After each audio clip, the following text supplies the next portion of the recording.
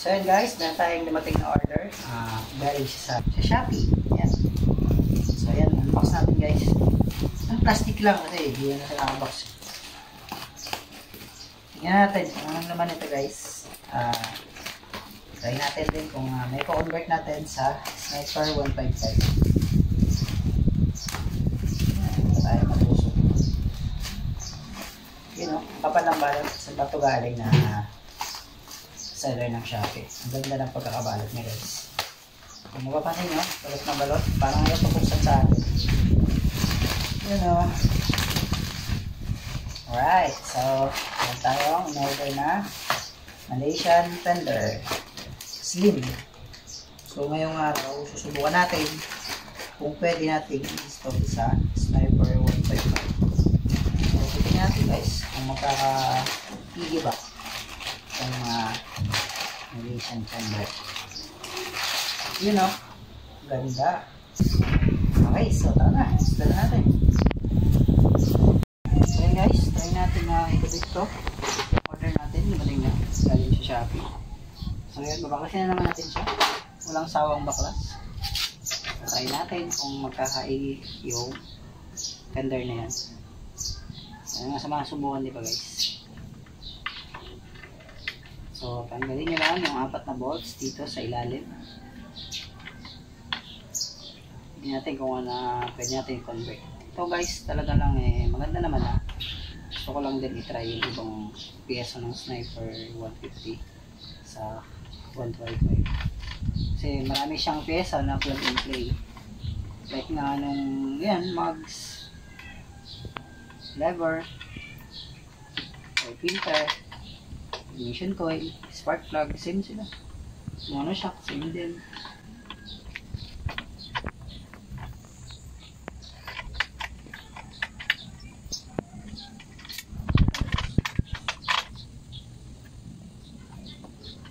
Yes.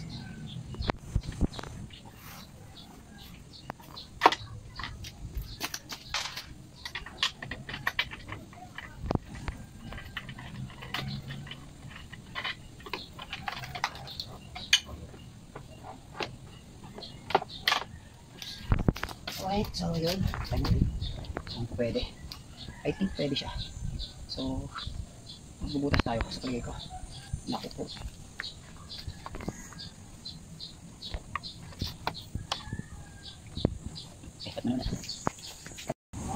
So yun guys, dito bubutasin natin siya.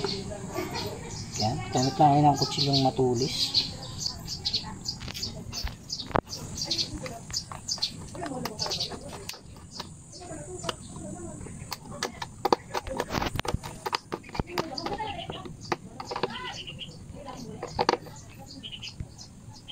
Ito yung sana.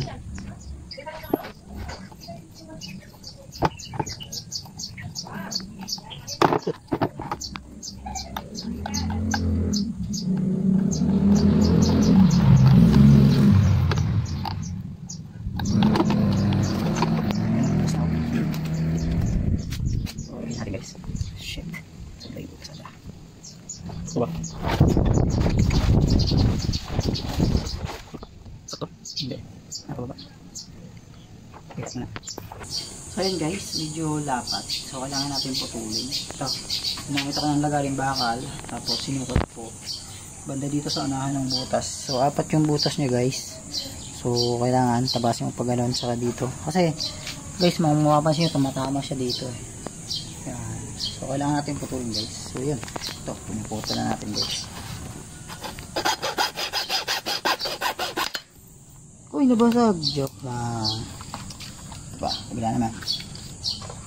So kailangan talaga putulin. Hindi pwede hindi.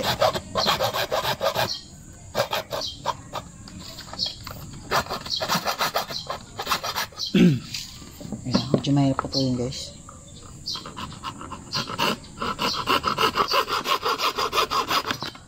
Brasuhin yung laban. Yan, ito na. So, matindi-tinding conversion pa guys. Pero, kaya naman.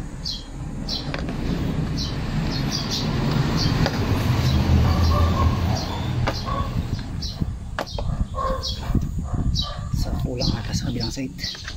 Kundi lang kutsilyo. Okay, kutsilyo lang. So, saan yung kutsilyo natin? Kutsilyo ka to. Oops, napalaki. Mas mabit danda dito na. Yun. Hindi na. Tapos na, pinutol pa.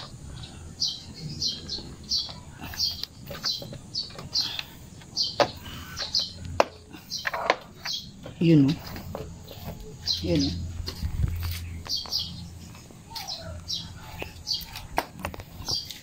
Tama-tama. Yun o. Tingnan guys o. Maganda o. So yun. Yan mo ko yun.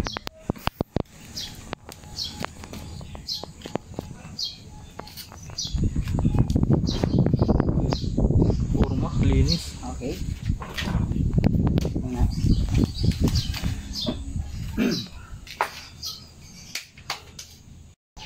So yun guys. Good morning. Ngayong araw, install natin yung ating slim fender. Galing sa Sniper 150. So i-convert natin siya. Yun guys, makikita nyo yun sa Shopee. So manipis yun kumpara dun sa mga naunang fender. Try natin i-convert dito sa 155 kung anong itsura. So yun. Una, okay, ito pag magbabaklas kayo, may dalawang Philip dito. So yun guys, tinanggal ko na kasi. Tapos dito naman nakasuksok lang naman yung rubber. Yan sila. So ako kasi pinutang ko na ng mga bolts. Una sa lahat, pag natanggal nyo na to, dito naman kayo sa may battery. So kailangan nyo tanggalin yung rubber ng battery. Kasi naiipit nya yung mga wire dun sa sakit ng signal light, saka sa sakit ng plate light. So ito yun. Makita nyo guys, ang dami oh. Ito namang isang to sa sa tail light. Ito yung sa plate light. So dalawang wire lang siya. Ayan. Tapos ito naman sa signal light to guys. Hinahin nyo lang na ganyan. Ayan. Bunot na siya agad. Ayan. So ayan. Bunot na siya lahat guys. So nga pala, pag in-install nyo yung ating fender na slim, maaaring mawala na yung plate light nya. So nasa sa inyo na lang kung paano nyo lalagay. So dito sa Sniper 152 ko, bali dalawa na lang kasi yung tinira kong nut kasi lagi kong kinakalas. Okay naman guys, hindi naman nahulog. So gamit lang kayo ng 10mm na open o kaya ito tulad nito. Meron siyang parang box wrench sa likod na combination. Pwedeng higpit, pwedeng paluag. Yan. Ito, alisin nyo lang dito. So apat yung nut dyan. Ngayon, dalawa na lang kasi nga nalis ko na yung dalawa. Kasi lagi kong binabaklas. Maganda kung may ganitong tools kayo guys. Medyo mabilis yung trabaho. Hindi na kayo magmamanual pihit, diba? O kaya kung may impact wrench kayo, mas maganda. Okay na ako dito. Saan ba yung battery ng impact wrench?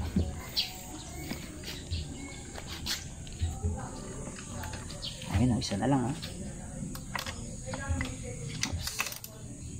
Dahil lang tanggalin guys. Sa stock, sobrang dahil lang tanggalin. Apat naman yung kanyang nut dyan sa ilalim. 10 naman. Tapos subutin nyo lang yung mga sakit sa lagayan ng signal light at plate light. Yan, pang yung kalas na nga ba ito guys. Marami-rami na. So, sinubukan natin kung yan, sinorte natin. Yun no, andyan pa yung balat ng motol. Yun guys, so, plus na siya agad. Okay, so nga pala, ito guys yung gagamitin natin. Ito, bibili ko ako sa Shopee ng Shark slim fender pang Sniper 152. Nakakalaga to lang nasa 700 kasama yung shipping. So kailangan guys butasin nyo dito saka dito dahil mayroon tayong pagkakabitan yan banda dito. So ayun, kaya binutas ko siya dito sa dyan kasi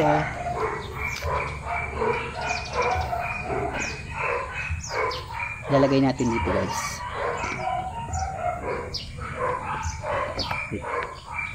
Yan. So kailangan nyo guys butasan dito saka dito kasi kung mapapansin nyo may 4 na butas dito. Ito yung sa Sniper 150. So ngayon dito convert natin kasi sa Sniper 155. So kailangan nyo magbutas dito guys, 4 yan saka dito. So yun guys, bubutasin natin to para mailagay natin ang tama dito. Ayan. So ngayon dahil kung mapapansin nyo kapos yung pinakang bolts galing sa mismong stock ng Sniper 155. So yun guys, medyo nahirapan tayo dun sa conversion. Ang ginawa ko na lang guys, tinanggal ko na lang to. So nakaribit lang naman kasi yan yung mga ano sa ilalim, kabitan ng ating mismong fender. So kung mapapansin nyo guys, kanina may 4 dito kong bolt, ngayon 2 na lang kasi pinalo ko na siya pataas. Pwede siyang tanggalin guys, pwede nyo siyang palitan ng mas magandang tornilyo like ng tensile o kaya stainless o kaya yamanin bolts, mga ganon. So nahirapan tayo kaya tinanggal na lang natin. So ito, iangat nyo lang to guys.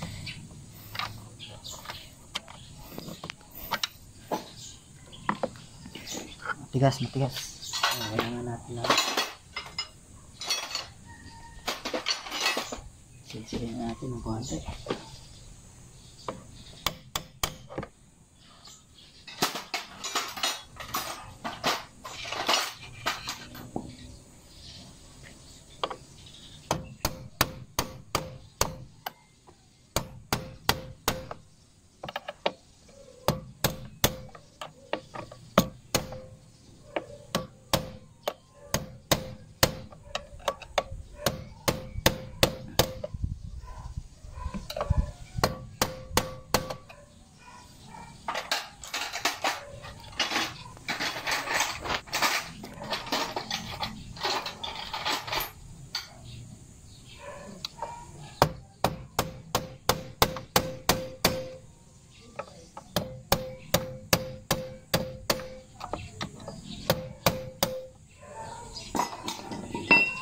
So yun guys, good morning sa inyo. Ito na yung ating mga nag-request sa atin na convert ng Sniper 155 Sniper 150 fender na slim, i-convert natin. So bali guys, kung makikita nyo dito mayroong bakal, pinupi ko yan, galing yan doon sa loob tsaka ito. So ganun yung conversion.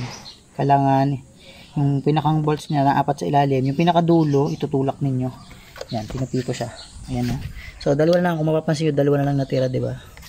So yun yung conversion ng ating slim fender. So yun guys, dito tayo. Ito nga pala yung mga gagamitin nyo guys. So gumamit ako ng 8mm na bolts, tapos kumuha ko ng washer na medyo malapad, 2. Kailangan nyo yun para dito. So ngayon guys, binutos ko to 4. Isa dito, saka dito, tapos dito. Tapos gagamitin natin siya ng 2 nut. Then ito yung gagamitin natin na signal light. So yun guys, tara, kabit na natin. So yun, dati 4 yung bolts, ngayon 2 na lang kasi tinulak natin pa loob para lang makabit natin tong slim fender. So yun guys, pasok nyo lang tong dito sa ginawa natin butas. Tapos upper, kung mapapansin nyo dito, mayroon ditong labas ng bolts yung sinuksok natin. So lalagay nyo lang dyan yung nut.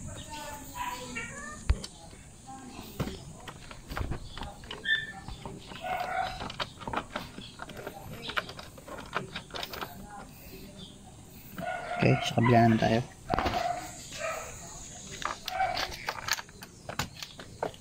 Medyo mahirap sa kabila kasi medyo masikip.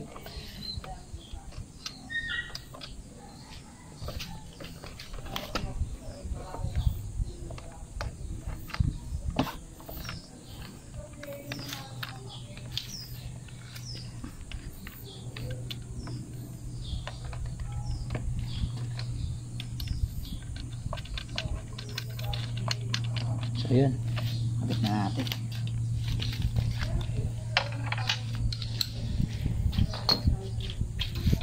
Sa pag-tight ng nut sa ibabaw, gamit na lang kayo ng clearance 10mm. Tapos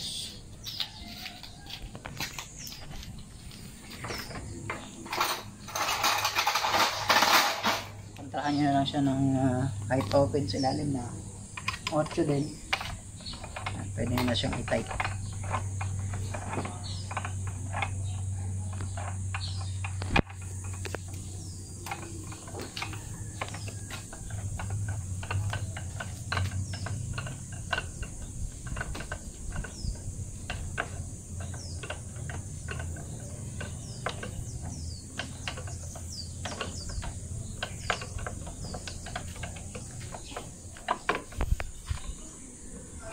Okay. Bit na yung sa ating side. Bila naman.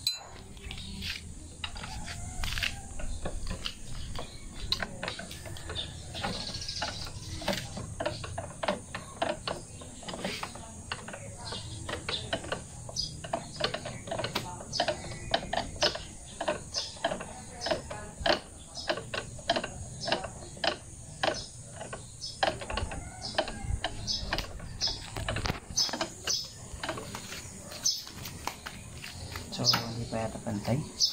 Tigilid pa. Tigilid pa natin.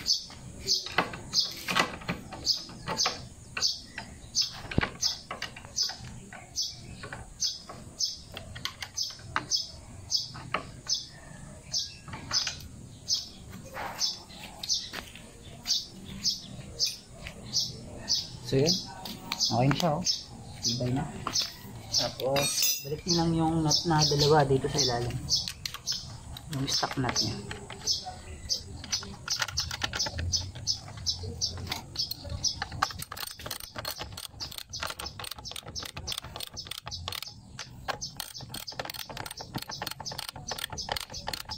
Alright, so tapos na guys. Yung signal light na lang yung ulam. Yun, no? Ang ganda. Sniper 155. Fender na slim galing sa Sniper 150. Ano? So malinis siyang tignan.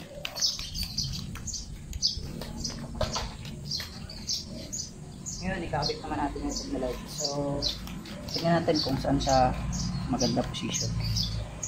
Magandang pwestuhan ba. Yun, no? So yan ako dito na lang guys. Bubutas na lang natin siya dito. Doon sa hindi pwedeng maharangan ng plate. So yun, pwede naman dito guys. Mas maganda kung dito. Yun. So dito na lang. Butasin lang natin dito.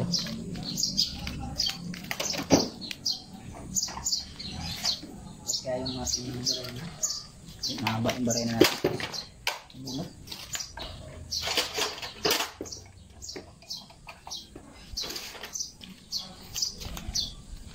So yun, putasin nyo lang dito, oh. Para sa lagay ng ating signal light.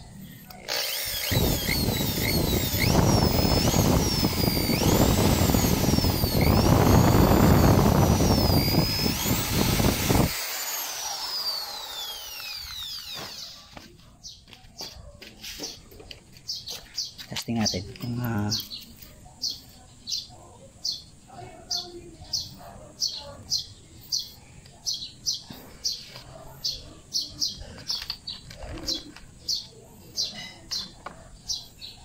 yun, o, ating signal light.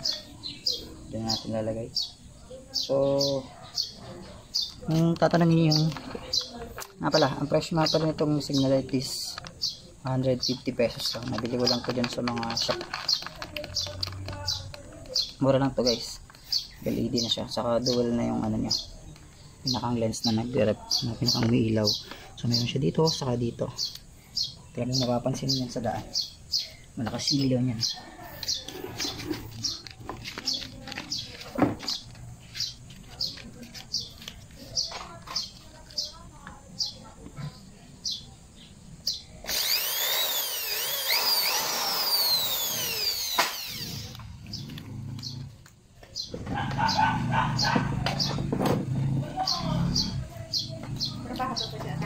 Apo.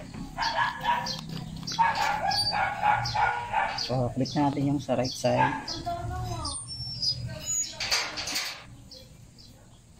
Ito naman yung sa right side. Kanyang signal light.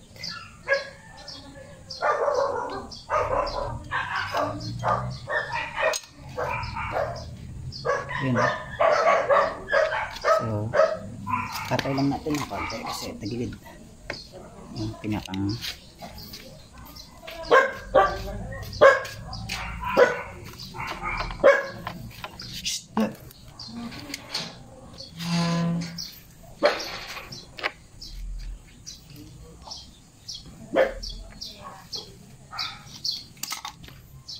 yung wala guys.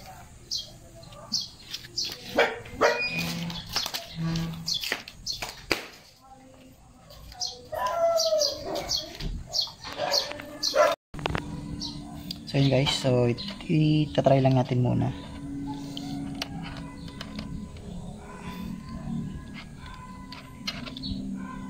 Mamaya natin ipipix yan ng maayos.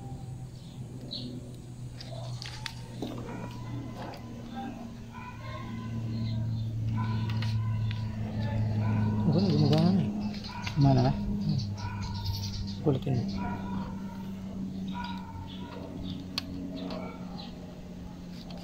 Pasok mo lang. Ayusin mo kasi yung wire.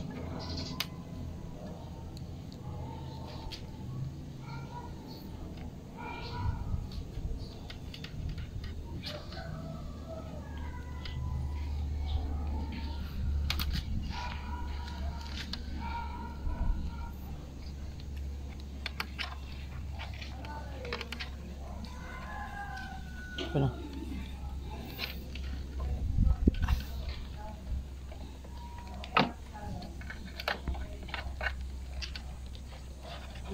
Ayun o.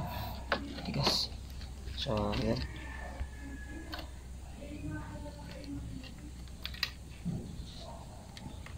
Bunti.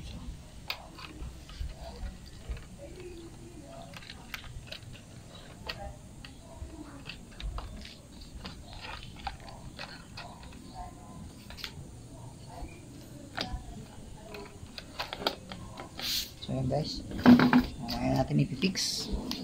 So yun na yung ating slim. So left side and right side. Okay, so mas malinis yung ating bumper.